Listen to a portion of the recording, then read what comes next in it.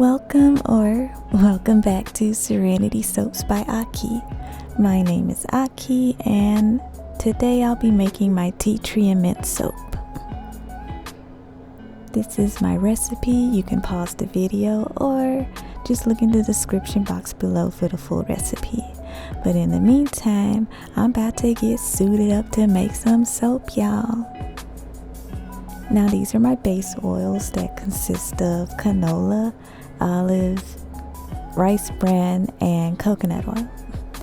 Right here I'm adding coconut milk to my soap. I love adding coconut milk to my soaps because they produce a very nice thick, clean, creamy lather. And I'll be using my stick blender to blend the milk and oils together real quick.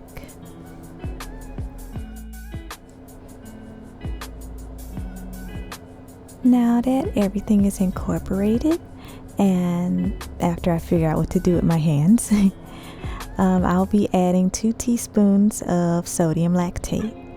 Sodium lactate is a derivative of salt, and it helps the soap harden faster, and it makes it easier for the soap to release from the silicone mold. Now I'll be adding my lye water. Room temperature lye water. I make my lye water the day ahead because I don't know. I just like to soap at room temperature. Then I'll be adding Dead Sea clay. Dead Sea clay absorbs excess oils, dirt, and impurities from the skin. It gently exfoliates, soothes, tightens, and tones skin, reducing the appearance of pores, fine lines, and wrinkles. Now we're going to stick blend this to a light trace.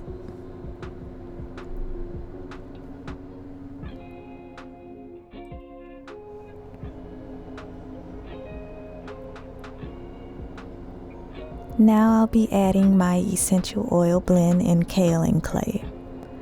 My essential oil blend consists of tea tree oil, eucalyptus oil, and spearmint oil. I like to soak my oils in kaolin clay because the clay helps anchor the scent into the soap during the saponification process. Look at me sounding smart. So now we're going to blend this.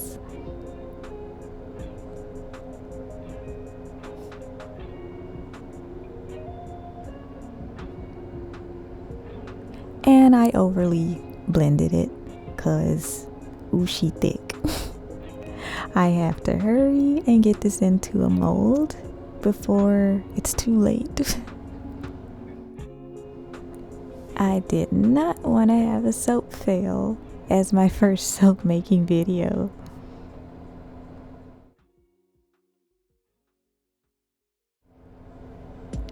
Like, at this moment I was panicking because I was like, yo, this pour is kind of janky. Like it just didn't look smooth, and I was just freaking out.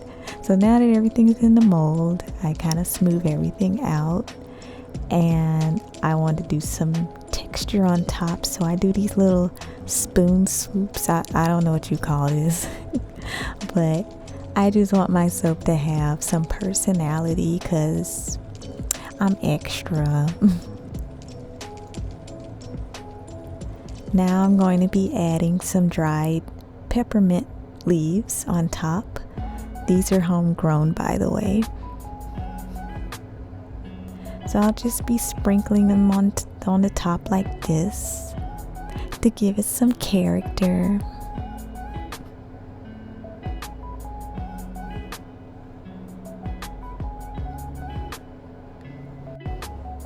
And it's done. I'm really happy how it turned out. It's giving rustic. So now I'm just gonna let this sit for 14 to 24 hours and then I'll be back for the cut. And because of the mild acceleration, I like to take note of that so the next time I make this soap I won't be surprised. So now it's the next day and it's ready to cut. I just like to admire my work before I cut it. So yeah, I like to turn my soap on its side because I don't want to have those unsightly drag marks from the botanicals on top.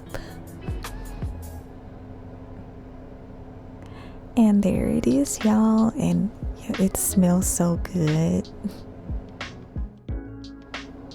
My whole room smells all minty fresh. I'm so bad at these voiceovers. I don't even know what I be saying most of the time. But yeah, I'm gonna finish cutting these. These soaps are also available on my website, and I will have links to everything used in this video in the description box below. And thank you for watching. I hope y'all enjoyed the video, and I hope it was informational and all that good stuff. Okay, bye.